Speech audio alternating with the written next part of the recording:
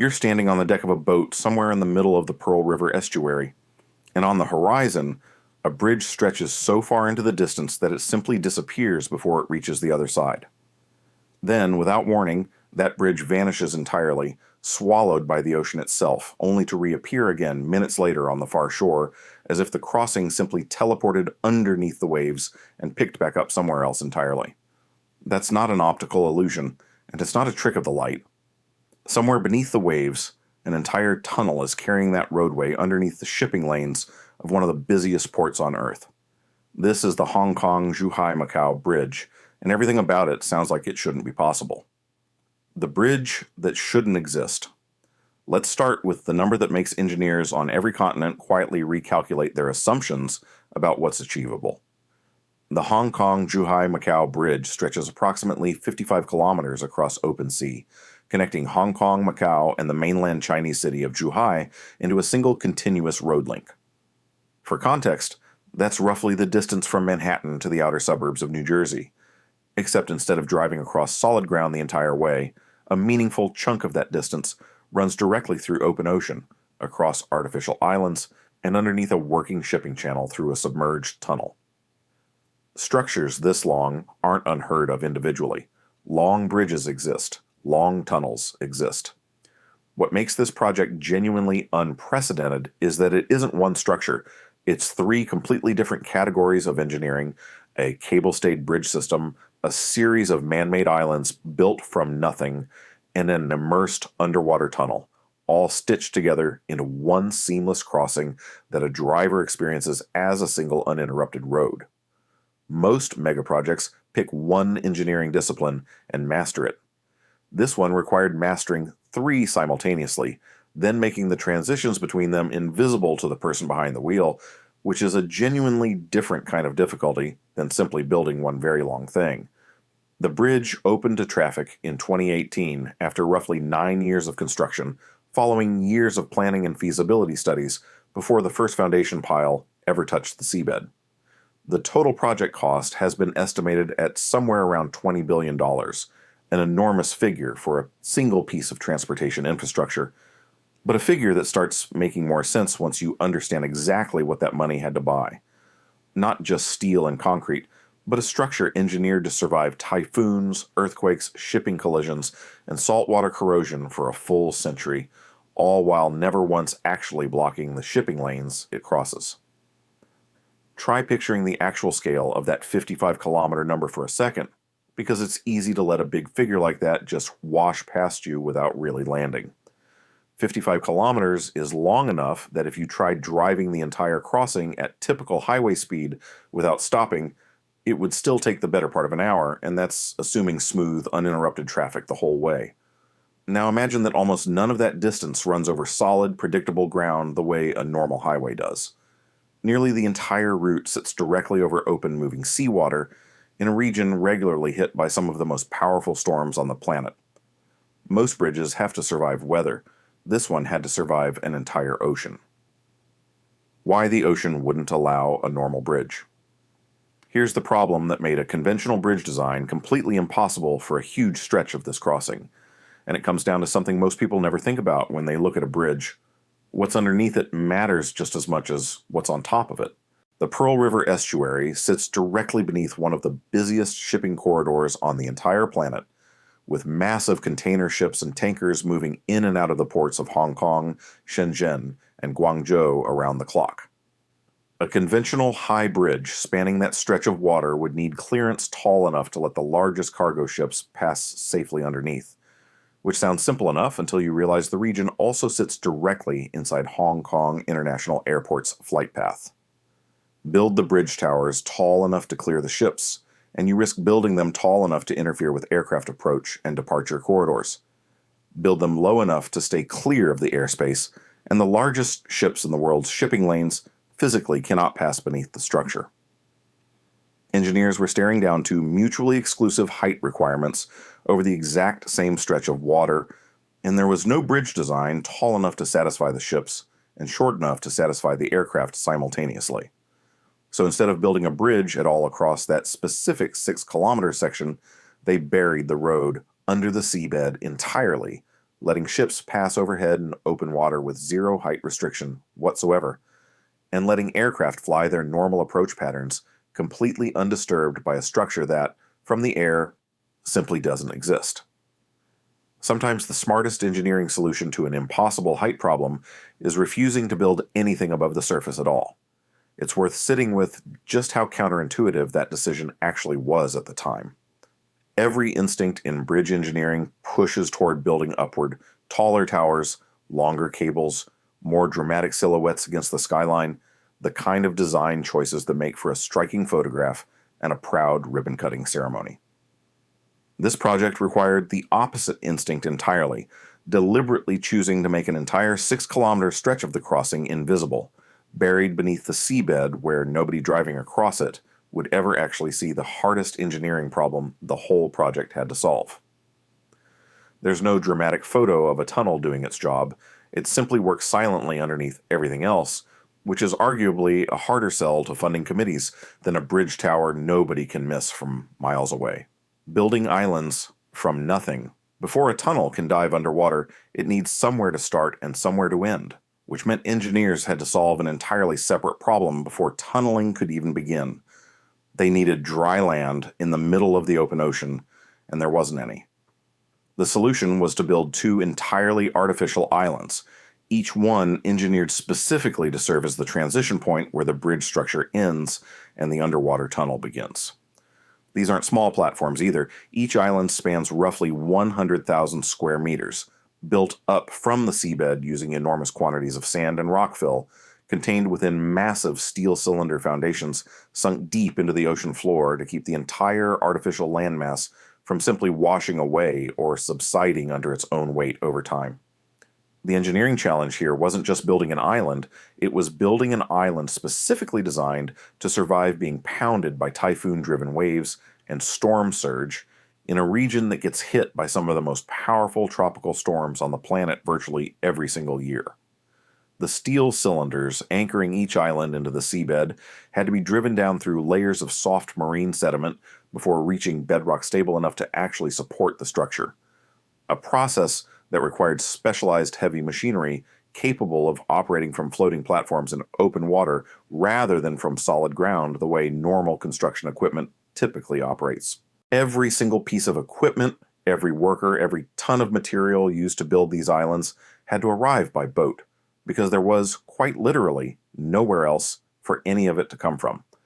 There's a genuinely strange irony sitting inside the fact that these islands, built purely to solve a transitional engineering problem between bridge and tunnel, ended up becoming destinations in their own right. One of the islands now hosts a visitor center, observation points, and public facilities where people can actually stop, get out of their cars, and look out across the exact stretch of ocean their crossing just carried them over. A piece of infrastructure originally conceived purely as a technical necessity, a place for a bridge deck to end and a tunnel to begin, ended up doubling as a genuine tourist attraction, which is not exactly the typical career arc for a steel cylinder foundation sunk into marine sediment. The dredging operation required to prepare the seabed for these islands deserves its own mention too. Since building an island from nothing doesn't just mean piling material on top of the water, it means first excavating and preparing the seabed itself to actually support that new weight without subsiding unevenly over time. Specialized dredging vessels had to remove and relocate enormous volumes of soft marine sediment before the steel cylinder foundations could even be driven into place, an operation that itself required careful environmental management given the sensitive marine ecosystem surrounding the entire construction zone. The tunnel that disappears beneath the sea. Once the islands existed, engineers still had to solve the actual centerpiece of this entire project. Building a tunnel roughly 6.7 kilometers long, sitting on the ocean floor beneath one of the busiest shipping channels on Earth without ever disrupting a single ship passing overhead during the entire construction process. The method used here is called immersed tube tunneling, and it's about as close to underwater Lego assembly as heavy civil engineering gets. Instead of boring through solid rock the way a conventional tunnel gets built, engineers constructed individual tunnel segments on land, each one an enormous hollow concrete tube, roughly 180 meters long and weighing tens of thousands of tons, essentially a massive floating concrete submarine section. Each completed segment then got towed out to the exact tunnel location using specialized barges and tugboats, carefully lowered into a pre-dredged trench on the seabed using a combination of ballast tanks and precision positioning systems, and connected to the previous segment using specialized underwater sealing joints designed to create a completely watertight connection, despite the entire operation happening dozens of meters below the ocean surface. 33 of these individual tunnel segments had to be manufactured, transported, and precisely joined together to form the complete underwater tunnel, each placement representing an operation with essentially zero margin for error, since a misaligned segment at this depth and scale isn't something you could simply pull back up and try again the following week. Weather windows for these placement operations were extremely narrow, since ocean currents, wave action, and precise tidal conditions all had to align perfectly before engineers could safely lower a segment weighing tens of thousands of tons into position without it drifting off target during the descent. The final segment, famously, required an unusually difficult placement effort due to unexpectedly strong underwater currents encountered during the operation, turning what should have been a routine procedure into a genuinely tense multi-day engineering standoff against the ocean itself before the connection was finally completed successfully. Think about the actual precision required here for a second, because it's genuinely difficult to overstate. Each of these tunnel segments had to be lowered dozens of meters through open water and land within a tolerance of just a few centimeters, relative to the segment already sitting on the seabed, essentially threading an enormous concrete needle at the bottom of the ocean using cranes, ballast systems, and GPS positioning equipment, with divers and remote monitoring systems confirming alignment before the final seal could be locked into place. Get that alignment wrong by even a small margin, and the watertight seal between segments could fail once water pressure and tidal forces started working against the joint over the following years, an outcome that simply wasn't an acceptable risk on a structure meant to last a full century. The concrete used in these tunnel segments also deserves special engineering attention completely separate from the placement challenge, since a structure sitting permanently submerged in seawater faces an entirely different set of durability demands than anything built on dry land. Specialized low permeability concrete formulations were developed specifically to resist chloride ion penetration from the surrounding saltwater, slowing the kind of gradual internal corrosion of steel reinforcement that eventually cripples ordinary marine concrete structures decades before their intended service life would otherwise end. Engineering against a region that tries to destroy everything. The Pearl River estuary isn't just busy with ship traffic, it's also one of the most seismically and meteorologically hostile coastal regions anywhere in China, which meant every single component of this crossing had to be engineered to survive conditions that would tear apart a conventional structure within years rather than decades. Typhoons are the most obvious threat, since the South China Sea generates some of the most powerful tropical storms on the planet on a near-annual basis, and this exact stretch of coastline sits directly in their path. The bridge sections were engineered with wind resistance ratings designed to withstand typhoon-force winds far exceeding what a conventional bridge design would ever need to account for, using aerodynamic deck designs specifically shaped to reduce wind resistance and prevent the kind of dangerous oscillation that has destroyed poorly designed suspension bridges elsewhere in the world throughout engineering history. The bridge has already been tested by real typhoons since opening, including storms strong enough to shut down flights and ferries across the entire region, and the structure has held up exactly as designed each time. Earthquake resistance added an entirely separate layer of engineering complexity, since the region sits close enough to active seismic zones that structural engineers had to design every foundation, every joint, and every connection point to flex and absorb seismic energy rather than transferring it directly into the rigid superstructure above, where it could cause catastrophic structural failure. And then there's the threat that doesn't come from nature at all, ship collision, with some of the largest cargo vessels on Earth passing directly alongside and, in the tunnel sections directly above portions of this crossing, Engineers had to design bridge piers and protective structures specifically capable of absorbing the impact force of an accidental ship collision without triggering a structural collapse, essentially engineering an entire crossing to survive being hit by an object weighing tens of thousands of tons without warning. The entire structure was designed with a rated service life of 120 years. A genuinely unusual design target, even by the standards of major infrastructure projects, which typically aim for design lives closer to 50 to 100 years. Hitting that number required specialized high-performance concrete formulations engineered specifically to resist chloride penetration from constant saltwater exposure, along with corrosion-resistant steel reinforcement and protective coatings applied throughout the structure to slow the kind of gradual saltwater degradation that eventually cripples most marine infrastructure decades before its structural elements would otherwise fail. It's worth pausing on the typhoon testing specifically, because unlike a lot of infrastructure claims that only get validated decades later, this bridge's storm resistance has already been put through genuine real-world trials rather than remaining purely theoretical. Multiple significant typhoons have swept directly across the Pearl River Delta region since the crossing opened, storms powerful enough to shut down commercial flights, cancel ferry services across the entire estuary, and force widespread evacuations along the coastline. Through each of those events, the bridge and tunnel system remained structurally intact, with authorities simply closing the crossing temporarily as a precaution during the worst of the wind, rather than because the structure itself showed any signs of genuine distress. That's about as close to a real-world stress test as infrastructure engineering ever gets outside of a laboratory simulation. The human scale behind the numbers. This large tend to lose their meaning after a while, so it's worth stepping back and appreciating the sheer scale of coordinated human effort this project actually required.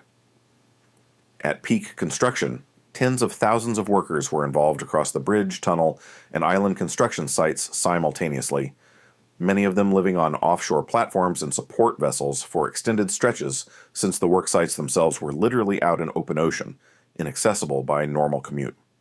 Coordinating a project spanning 3 separate jurisdictions, Hong Kong, Macau, and mainland China, each with its own legal systems, engineering standards, and government oversight processes, added an entire additional layer of complexity that most single-country megaprojects never have to navigate at all, since a purely domestic bridge project answers to one government, one set of building codes, and one currency, while this crossing had to satisfy 3 of everything simultaneously before a single foundation pile could even be approved.